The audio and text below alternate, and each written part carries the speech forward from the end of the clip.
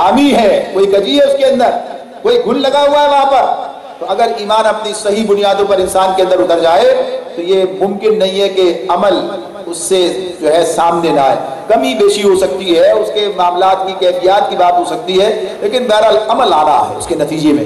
تو یہ اسی لیے ایمان کی بات ہوتی ہے کہ ایمان تؤمنون باللہ تؤمنون باللہ ورسولہ وتجاہدون فی سبیل اللہ باموالکم وانفسکم، اور جہاد کرو اللہ کے راستے میں اپنے مالوں سے اور اپنی جانوں سے. ذالکم خیر لکم ان کنتم تعلمون، یہی تمہارے لیے بہتر ہے اگر تم جانو. اس آیت میں اللہ رب العالمین نے اس تجارت کی تفصیل میں صرف دو باتیں بیان کی ہیں.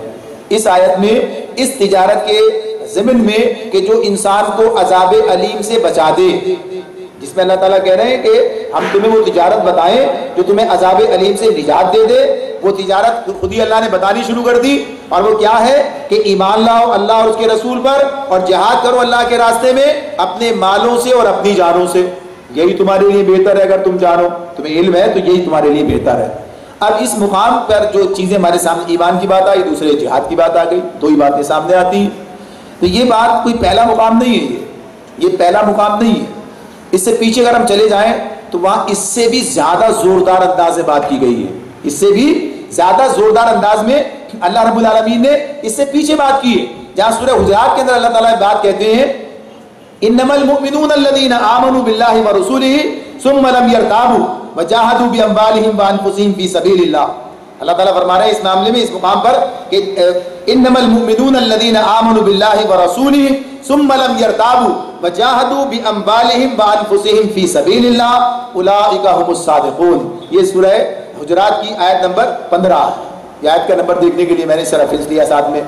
یہ ایک بات جو اس میں اللہ رب العالمین ہمارے سامنے کر رہے ہیں، اور پیچھے جو مضمون چلا رہا ہے قالت الاعراب آمنا قل لم تؤمنوا ولكن قولوا اسلمنا ولما يدخل الايمان في قلوبكم، یعنی یہ سب مضمون ہے. پیچھے جن لوگوں نے سورہ حجرات پڑھی ہے پورا مضمون واضح ہو کر سامنے آ جائے گا. اعرابی کہتے ہیں ہم ایمان لائے، اللہ تعالیٰ انکار کر دیتے ہیں، کہتے ہیں نہیں تمہارے ابھی ایمان تمہارے دلوں میں نہیں اترا ہے، یعنی یہ بات ان سے کہی جا رہی ہے. اور پھر اس کے بعد انہیں بتایا یہ جا رہا ہے کہ ایمان کہتے کس کو ہیں اور مومن اصل میں ہوتا کون ہے. یہ انما کا لفظ لگا کر خاص کر دیا، بس یہی، اس کے سوا اور کچھ نہیں. انما المؤمنون الذين آمنوا بالله ورسوله، کہ ایمان والے تو اصل میں وہی ہیں در حقیقت جو اللہ اس کے رسول پر ایمان لائے. اور پھر یہاں ایک جملہ ایک لفظ بڑھایا گیا ثم لم يرتابوا، یعنی اس ایمان کی کیفیت کیا ہے، اس ایمان کی حیثیت کیا ہے. ثم لم يرتابوا، شک کا کوئی تصور ہی نہیں ہے، اس کے بعد شک نہیں کیا اس معاملے میں، یعنی اللہ کو رب مانا، ربنا اللہ ثم استقاموا. اس کی الگ الگ تفصیلات قرآن بیان کر رہا ہوتا ہے. تو غرض یہ کہ اللہ کو اپنا رب مانا ہے، اللہ کے رسول کو اس کا رسول مانا ہے، اور اس معاملے میں کوئی شک نہیں ہے، یقین کی اس کیفیت سے سرشار ہے. اس کا نتیجہ کیا نکلتا ہے؟ دوسری بات کیا بتائی اس کے بعد کہ جہاد کے اللہ کے راستے میں اپنے مالوں سے اور اپنی جانوں سے. یہی لوگ سچے ہیں.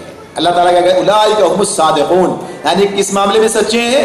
اپنے دعوی ایمان میں سچے ہیں، یعنی اس معاملے میں یا یہ جو کہہ رہے ہیں اس کے مطابق کام کر رہے ہیں. تو اب اس مقام پر بھی اس آیت کے اندر بھی دو ہی چیزیں ہمارے سامنے آئی ہیں. ایمان کی تفصیلات میں بھی اللہ نہیں گئے، ایمان بالآخرت کی بات نہیں کی، ایمان بالکتاب کی بات نہیں کی. اصل ایمان کی اس کی جو بنیاد ہے وہ بہرحال اللہ پر ایمان ہی ہے، توحید سے ساری چیزیں نکلتی ہیں. تو بنیادی طور پر یہاں جو بات ہمارے سامنے رکھی گئی کہ یہ دو باتیں، دو عنوانات قرآن مجید ہمارے سامنے رکھتا ہے کہ یہ ایمان کی بنیادی شرائط میں داخل ہے. یعنی یہ یہاں تجارت کے عنوان سے بات کی ہے، وہاں ایمان کے عنوان سے بات کی ہے کہ اس کے سوا ایمان ہے ہی کوئی نہیں، کہ آدمی اللہ اس کے رسول پر ایمان لائے، شک میں مبتلا نہ ہو، یعنی یقین کی کیفیت کو حاصل کرے، اور پھر جہاد کرے اللہ کے راستے میں اپنے مالوں اور اپنی جانوں سے. اب یہ جو جہاد کا لفظ ہے یہ تو بڑا ہی اس وقت آج کل تو بالکل استعمال کرنے پہ پابندی ہے. یعنی اگر یہ لفظ جس طرح سے اس کو گویا کہ یہ کہ بدنام کیا گیا ہے، اس کا جو تعبیر کی گئی ہے، اس کی جو تشریح لوگوں نے، ہم نے نہیں، یعنی اس کو ہوتا یہ ہے کہ آج کل جس طرح کہتے ہیں نا یہ میڈیا کا زمانہ ہے، پروپیگنڈے کا دور ہے، اپنی بات دوسروں کے زبان منہ میں ڈال دو، اس طریقے سے اتنا پروپیگنڈا کہ دوسرے بھی آپ ہی کی زبان بولنے لگے. یعنی یہ جو کام کرتے ہیں اسی طرح کام کر رہے ہوتے ہیں. تو یہ سب ایک منصوبے کے تحت یہ کام کیا گیا ہے، آج نہیں کیا گیا. یہ کام تو عرصے دراز سے جاری ہے، بلکہ یوں کہیے کہ نبی کرم صلی اللہ علیہ وسلم کے زمانے سے جاری ہے. یعنی اس وقت بھی جو مروجہ ان کے جو دینی طریقے تھے جو انہوں نے اختیار کر رکھے تھے وہی ان کے نزدیک بڑے اہم تھے. ورنہ تو بات یہی ہے کہ جب وہ ذرا سا معاملہ ہو گیا تھا کہ یہ کسی ایسے مہینے میں رجب میں یا جو وادی نخلا میں حملہ ہوا تھا اس پر کتنی تنقید آتی ہے. غرض یہ کہ وہ یہ کہتے ہیں مسلمان یہ دینی والا معاملہ نہیں ہے, معاملہ تو کچھ اور ہے, یہ تو کچھ اور مفادات کا معاملہ, یہ تو طاقت کا معاملہ ہے, اس طرح.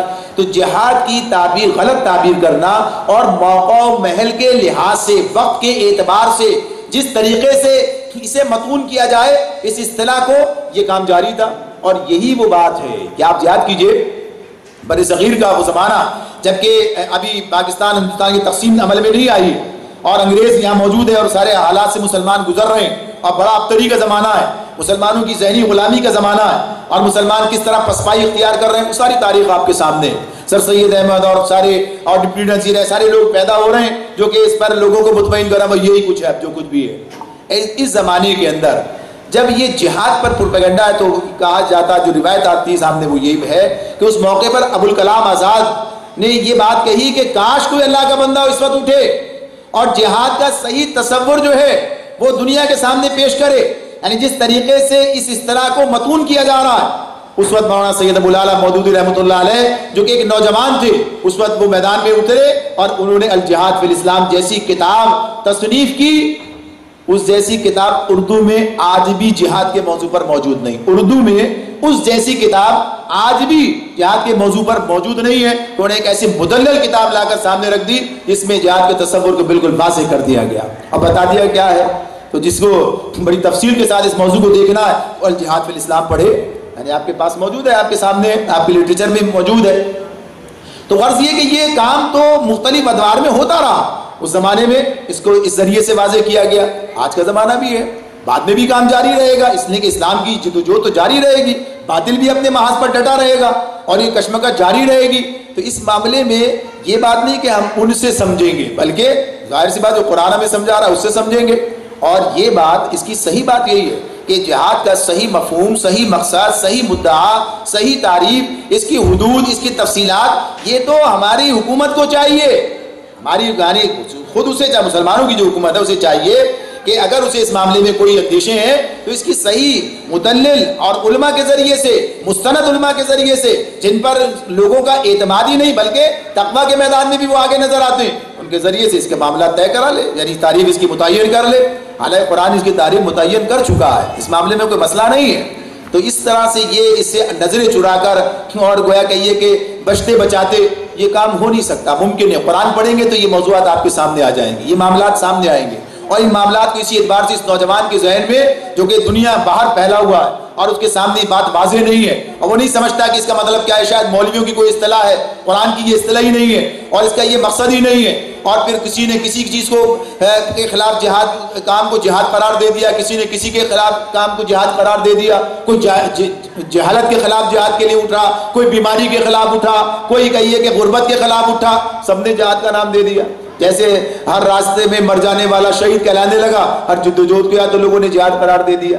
تو جہاد بنیادی طور پر کیا چیز ہے؟ جہاد جب اللہ رب العالمین ہمارے سامنے بات رکھتے ہیں تو یہ بات ایک مستند طے شدہ معاملہ کیا ہے, اللہ رب العالمین کے دین کو قائم کرنے کے لیے کی جانے والی جدوجہد, اور وہ جدوجہد جو جہاد کے یعنی اس کے مترادف, یعنی جہاد کے اندر لفظ جہاد میں جو چیز ہے, یعنی جتنی بڑی جدوجہد کا اس میں تصور دیا گیا ہے, اور جس طرح ہر اعتبار سے انسان کو اپنی ساری طاقتیں, توانائیاں, صلاحیتیں, اوقات, اپنے تمام معاملات, یعنی اس درجے کی جدوجہد کا مطالبہ کرتا ہے یہ لفظ. تو غرض یہ کہ اس کی اصل جدوجہد ہی ہے, جہد مسلسل ہے.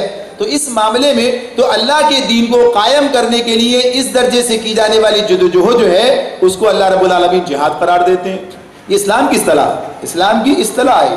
اس میں جب اس کے طور پر استعمال ہوگی تو یہی بات ہوگی. لغوی معنوں کی بات تو ظاہر سی بات کسی بھی آپ کوئی بات کہہ سکتے ہیں, جیسے انفاق کا معاملہ, اسلام انفاق کسے کہتا ہے؟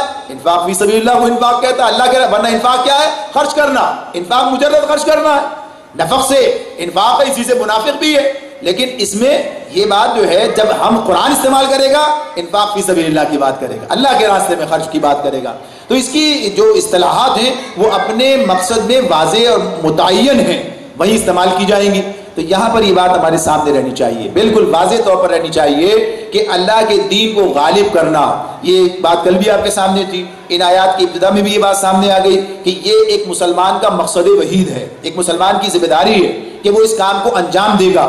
نبی اکرم صلی اللہ علیہ وسلم کے اسوے پر عمل کرنے کا یہ یعنی اس کا راستہ یہی ہے کہ وہ یہ کام انجام دے گا۔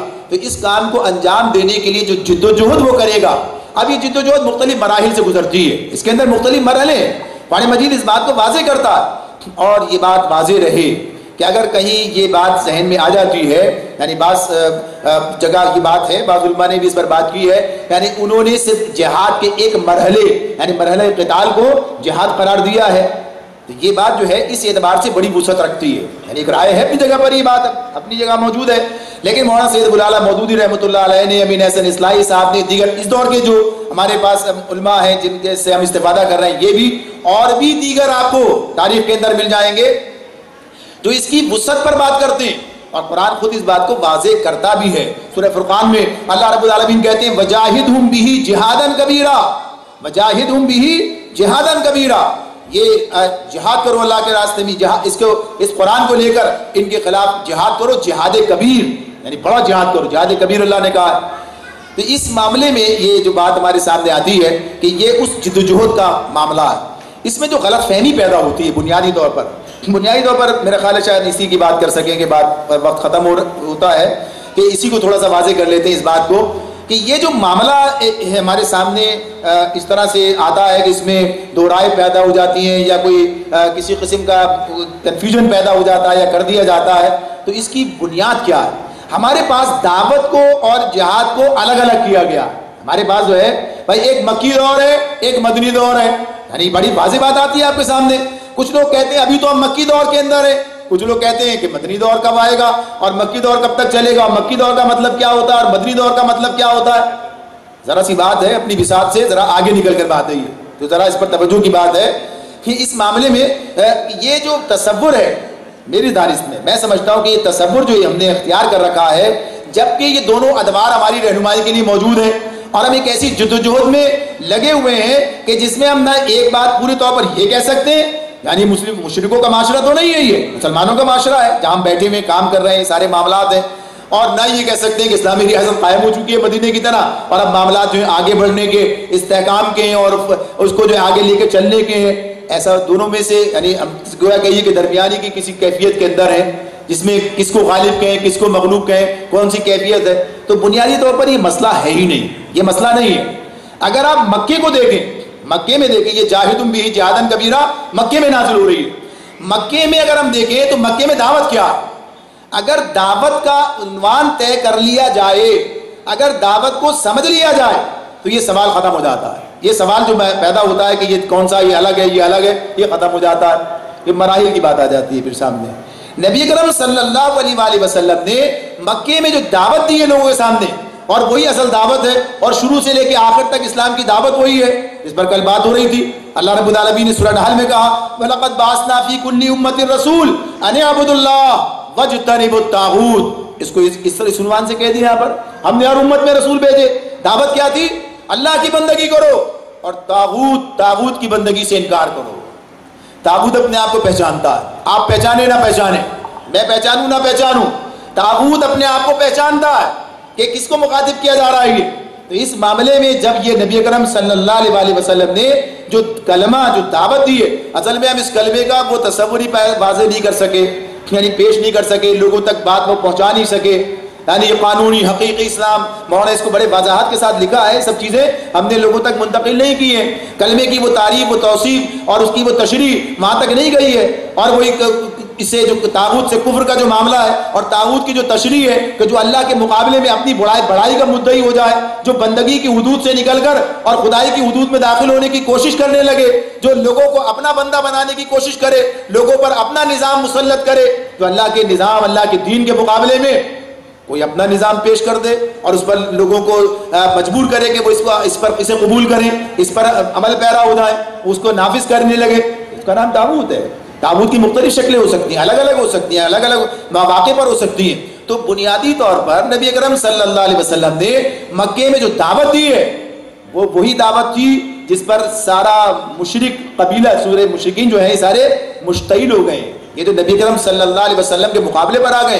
ورنہ جتنا شرک وہاں تھا, جتنے ہم پوج رہے ہیں, جتنے الہ, ایک الہ اور صحیح. اللہ کا تصور تو پایا جاتا ہے, قرآن مجید بتاتا ہے, اور یہ بھی بتاتا ہے قرآن مجید کہ وہ اللہ کو صرف الہ نہیں مانتے ہیں بلکہ برتر الہ مانتے ہیں. سب سے بڑا تو اللہ, اس کے بعد اور بھی ہے. یعنی ان کا تصور یہ تھا. مگر الہ کی جو تعریف ہے اس میں وہ اپنا بھی راستہ, یعنی چوتراٹ ان کی, غلبہ ان کا, بات ان کی, حاکمیت ان کی, یہ سب ان کا معاملہ تھا. صرف پوجا و پرستش کے اعتبار سے ٹھیک ہے, اللہ کو بھی پوچھتے ہیں, جوہروں کو پوچھتے ہیں, اللہ کو بھی پوچھ لیتے ہیں. تو غرض یہ کہ جب یہ بات ان کے سامنے رکھی گئی, جب اس کلمے کو ان کے سامنے پیش کیا گیا, تو انہوں نے سمجھ لیا کہ یہ دعوت کس چیز کی ہے. اس دعوت کے لیے ساری بات ہے, اس دعوت کے فروغ کے لیے یہ گفت و شنید بھی ہے, مکالمہ بھی ہے, مجادلہ بھی ہے, اس کے لیے ساری چیزیں. اور اسی کے لیے ایک وقت آتا ہے کہ مقابلہ بھی ہے, یعنی جب اس کے راستے میں رکاوٹیں کھڑی کی جائیں, جب اسے اس طور پر آگے بڑھنے کا وہ موقع مل رہا اور نہ کرنے دیا جائے, تو پھر ظاہر سی بات ہے کہ باطل کے ساتھ یہ معاملہ بھی پیش آ جاتا ہے. تو یہ بات اپنی جگہ پر ہے کہ یہ اس کے مراحل میں سے ایک مرحلہ ہے. اصل میں جہاد بھی کس چیز کا نام, قتال بھی کس چیز کا نام ہے, یعنی اللہ کے دین کو غالب کرنے کے راستے میں اس میں جو رکاوٹ بن جائے, اس رکاوٹ کو دور کرنے کی کوشش ہے. وہ کوشش کبھی ہاتھ سے ہے, کبھی قلم سے ہے, اور کبھی حالات ایسے پیدا ہو جائیں تو کفر اور باطل کے ساتھ میں وہ طاقت سے بھی ہے, یعنی یہ بھی مراحل آتے ہیں سامنے. تو یہ بات آدمی سوچے کہ اگر یہ اس کے راستے میں حائل رکاوٹوں کو دور کرنے کے لیے اگر زبان استعمال کی جائے تو یہ نہیں ہے, اگر قلم استعمال کیا جائے تو یہ بھی نہیں ہے, اگر اس کے لیے کوئی اور ذریعہ استعمال, یہ بھی نہیں, ایسا نہیں ہوگا. جب مقصد ایک ہی ہے, مقصد ایک ہی ہے, اور اس مقصد کو پورا کرنے کے لیے مختلف موقعوں پر مختلف مراحل سامنے ہیں, تو ہر مرحلہ وہی کہلائے گا جو آخری مرحلہ کہلا رہا ہے, یعنی یہ پوری جدوجہد یہ کہلائے گی. اور اگر ایسا نہ ہوتا, حضرات گرامی, ایسا اگر نہ ہوتا تو اللہ تعالیٰ اسے ایمان کی بنیادی شرط نہ قرار دیتے, اس لیے کہ بہت سے لوگ تو ایسے بھی ہیں جن کی زندگی میں یہ مرحلہ آنے ہی نہیں پاتا, یعنی اسی اعتبار سے قتال کا مرحلہ نہیں آتا. لیکن یہ مرحلہ کہ اقامت دین کی جدوجہد کرنا, یہ ہر دور میں موجود رہتا ہے. اس اعتبار سے اگر دین غالب بھی ہے, دین غالب ہو چکا ہے, دین غالب ہے, اب اس کے معاملے میں اسے غالب رکھنے کی جدوجہد کرتے چلے جانا, وہاں بھی سرحدوں کی حفاظت, مرابطہ اور دین کے حدود کا معاملہ اور اس کو پھیلانا, وہ ساری چیزیں, یعنی اسے قائم رکھنے. اصل چیز انسان کی نیت ہے, اصل چیز. آج ہم یہاں بیٹھے, ہم اسی جذبے کے ساتھ بیٹھے ہیں, ہمارا مقصد یہی ہے, ہم جو ہے جو کام بھی کر رہے ہیں وہ اسی کے تحت کر رہے ہیں. لہذا وہ جہادی اسپرٹ پیدا ہونی چاہیے, وہ جذبہ پیدا ہونا چاہیے, وہ کہ ہم واقعتاً اسی میدان میں اور یہ کام کر رہے ہیں. ظاہر سی بات ہے جو مرحلہ سامنے اس کے تحت آگے بڑھتے چلے جا رہے ہیں. تو گفتگو کو ذرا واضح کرنے کے لیے کچھ اور نکات کی بھی ضرورت موجود ہے جو کسی اور وقت میں کر لیں گے, لیکن یہ بات اپنی جگہ پر ایک متعین بات ہے. وقت جب مکمل ہوتا ہے تو آگے پروگرام کی ترتیب صحیح طور پر چلتی رہے کہ یہ اس بات کو قرآن مجید نے ہمارے سامنے واضح کیا ہے, مولانا نے اس چیز کو واضح کیا ہے. بات صرف یہی ہے کہ یہ دعوت صرف نماز کی دعوت نہیں ہے, یہ دعوت صرف روزے کی دعوت نہیں ہے, یہ دین کے اندر یہ بھی سب چیزیں موجود ہیں. غلبہ دین کے اندر اللہ کا دین غالب کرنے کے لیے اقامت دین میں اقامت صلاۃ بھی آ جائے گی, اقامت دین کے اندر آئے گی. اقامت صلاۃ کے اندر اقامت دین نہیں آئے گی. اقامت دین بڑی اصطلاح ہے اور اقامت صلاۃ اس کے اندر آنے والی ایک اصطلاح ہے. تو یہ اپنی جگہ موجود ہے کہ لیکن عام طور پر دعوت کیا سمجھی, ابھی تو اقامت صلاۃ کی دعوت ہے, اور ابھی تو صرف جو کہیے کہ کچھ پڑھنے پڑھانے, کچھ لکھنے لکھانے کی دعوت. پہلے دن سے یہ دعوت, پہلے دن سے یہ دعوت لے کے میدان میں اترے نبی صلی اللہ علیہ وسلم. یعنی کوئی معاملہ اس میں کوئی کسی طرح کا بھی مداہرت نہیں ہے, کوئی اس کے اندر دو رائے نہیں ہے کہ یہ دعوت کیا ہے. یہ تو پہلے دن ہی باطل سے ٹکرا جانے کی دعوت ہے, اور ٹکرانے کی دعوت دیں گے تو سارے مراحل کھلتے چلے جائیں گے. یہی ساری مخالفت تھی, یہی سارا جھگڑا تھا, یہی سارا مسئلہ تھا. اسی لیے آپ کو قبول کرنے, برداشت کرنے کے لیے تیار نہیں تھے کہ آپ نے اس میں کسی رواداری کو کسی رواداری کو اس میں نہیں رکھا, آپ نے کسی کے ساتھ کوئی کمپرومائز اس معاملے میں نہیں کیا کہ یہ دعوت ہے اسلام کی بیلاگ, اسے آج بھی اسی طرح پیش کرنا ہم سب کی ذمہ داری ہے. اگر ہم اس پر کام بھی شروع کر دیں اس طرح دعوت خود اختیار کر کے, واقعتاً جو طاغوت ہمارے اندر بیٹھا جو ادھر گرد و پیش میں, تو یقینی طور پر وہ مراحل آگے آتے چلے جائیں گے. ساتھ میں اس پہ آپ کو احساس ہو جائے کہ واقعی یہی اصل دعوت ہے. اللہ رب العالمین باتوں کو سمجھنے اور عمل کرنے والا ہمیں بنا دے.